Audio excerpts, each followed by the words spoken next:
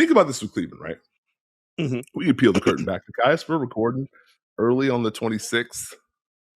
9 days ago, Nekias, the Cleveland Cavaliers went on the road and won Game 7 against the number 1 seed on the road again by 31 points.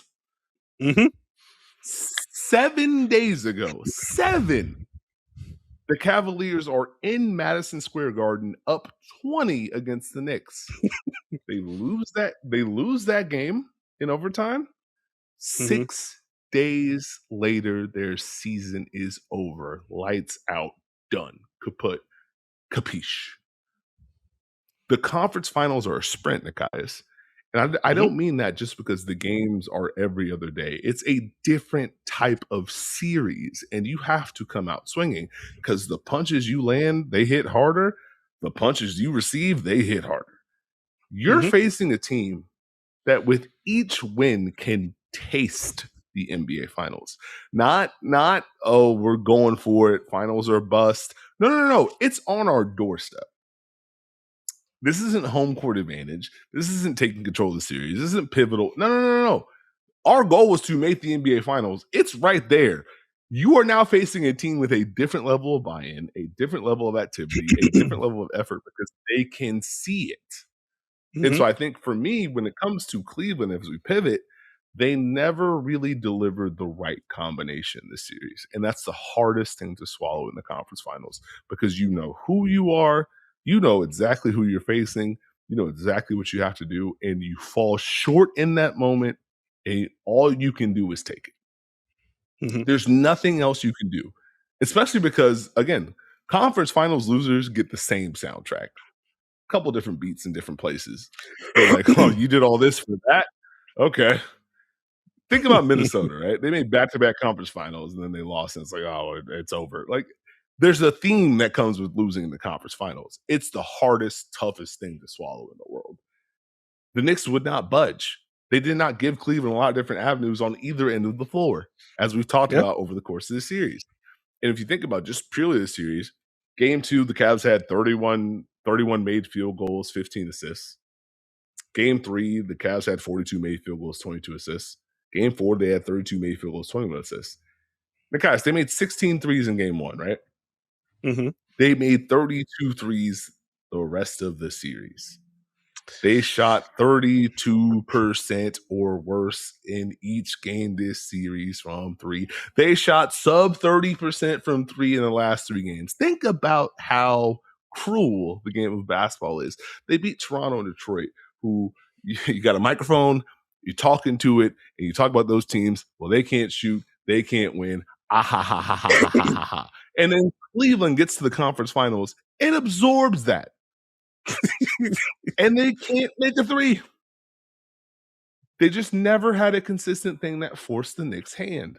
They weren't able to make Cat a potential problem, weren't able to get foul trouble game, weren't able to poke at Jalen Brunson, and then defensively, they just didn't have enough to make the Knicks kind of be this different team to a degree. The Knicks had to guard drives. They had to help them recover. The theory was Cleveland could have an offense that gets the Knicks in rotation. They have to deal with that. Never fully landed that plane, especially after what happened in Game 1. And so I think for me, I credit Cleveland for having a heck of a year. I understand that the entire world is going to go to the top rope and drop an elbow on them. Hands up, can't control nothing. But the journey is the journey. You can't skip steps. And a lot of times when it comes to trying to win a championship, you are going to fall short.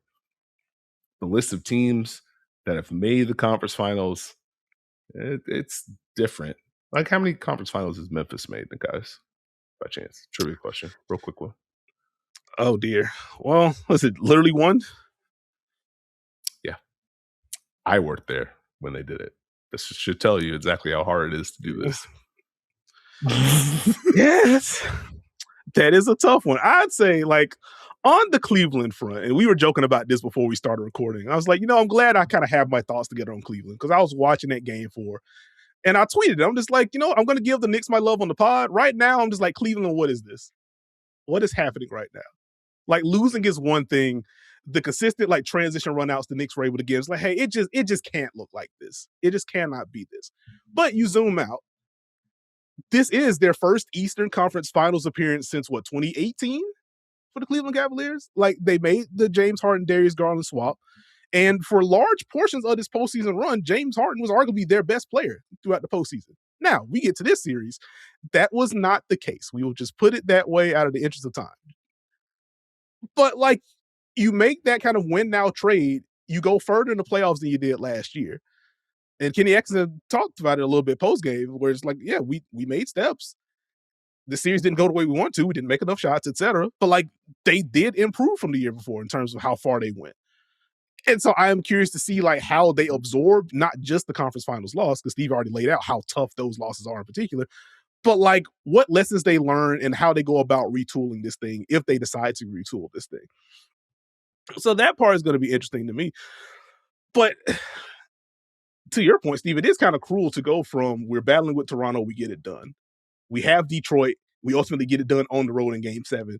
We have a chance to immediately steal home court, and they blow it at the end of that game 1. They blow it / the Knicks take it from them. So let's give the Knicks their credit as well.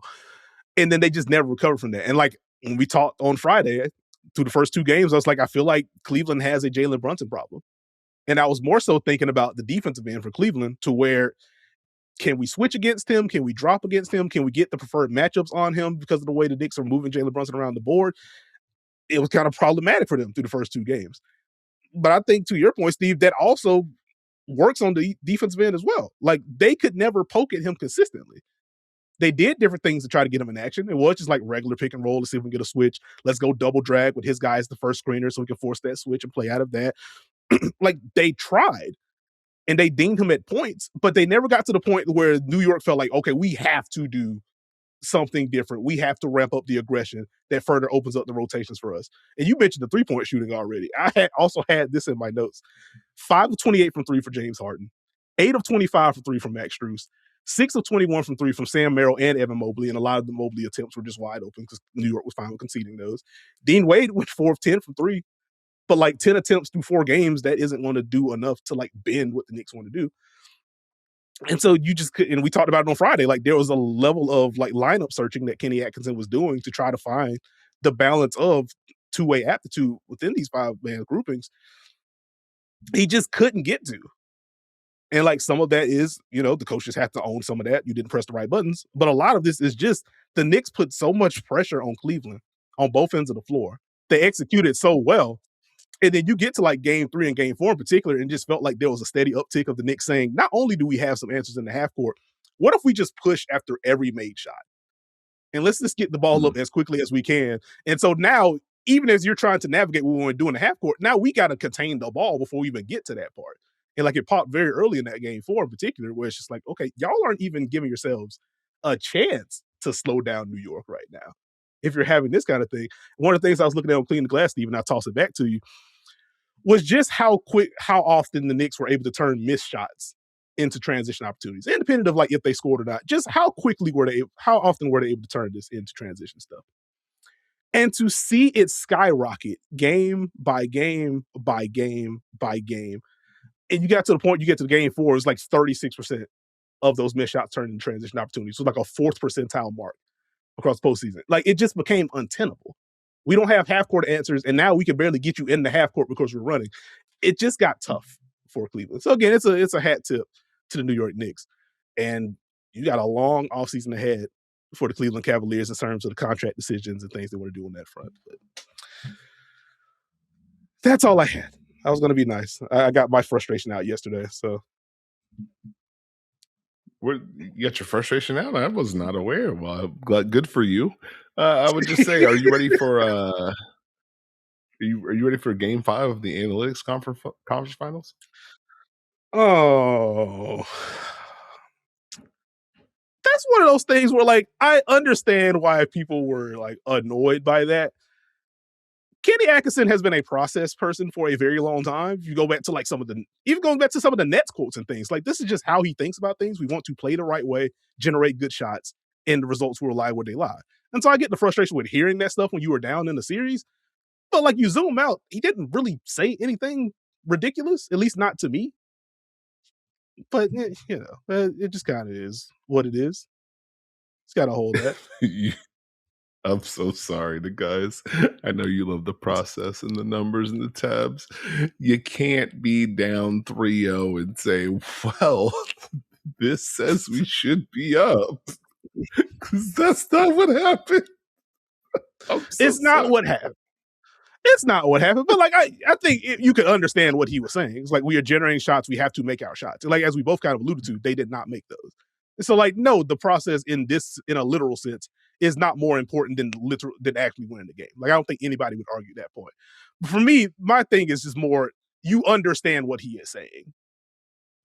It's kind of my thing. Like we don't have to be disingenuous about what he was saying. That's all. No, because here's the thing: they weren't generating the shots they needed to. That's the interesting part. That's not a part. That's the real dynamic no one wants to talk about. They weren't able to generate those shots, despite it looking great. As far as the shot quality to a degree, they weren't consistently generating those. So the last pad, where are you finding buckets or are you getting buckets? What are you doing? You know what I mean? That's a bar. That's a bar. That is fair. That is fair. Hey, I do what I do. Last question before we get out of here. So how you feel about Evan Mobley after this series, bud? Like pretty solid overall. I do think you saw, particularly with some of the drives, like there is just still growth needed there. I already mentioned the 3-point numbers. Like that is always just going to kind of be a bonus to the Evan Mobley portion. What is most important for him is like how often do you win on drives when you do get random post opportunities? How often are you winning on those? And when you are the only big on the floor, how often are you helping the team clean the glass? And so like I think there is like obvious growth areas within all three of those sections for him, but he is still a very good basketball player. So like I haven't moved off of that part. For me, and it kind of goes more to an offseason deal, I'm more curious, like, how does Cleveland feel about Evan Mobley? And, like, where do they see him kind of peaking in the hierarchy for their team? And, like, does that open up any of, like, the Giannis stuff or whatever that may be floating around there in terms of big swings that they could potentially be in conversations with? But, like, I would have liked for Evan Mobley to be more consistently impactful, but, like, I don't overall feel bad about it.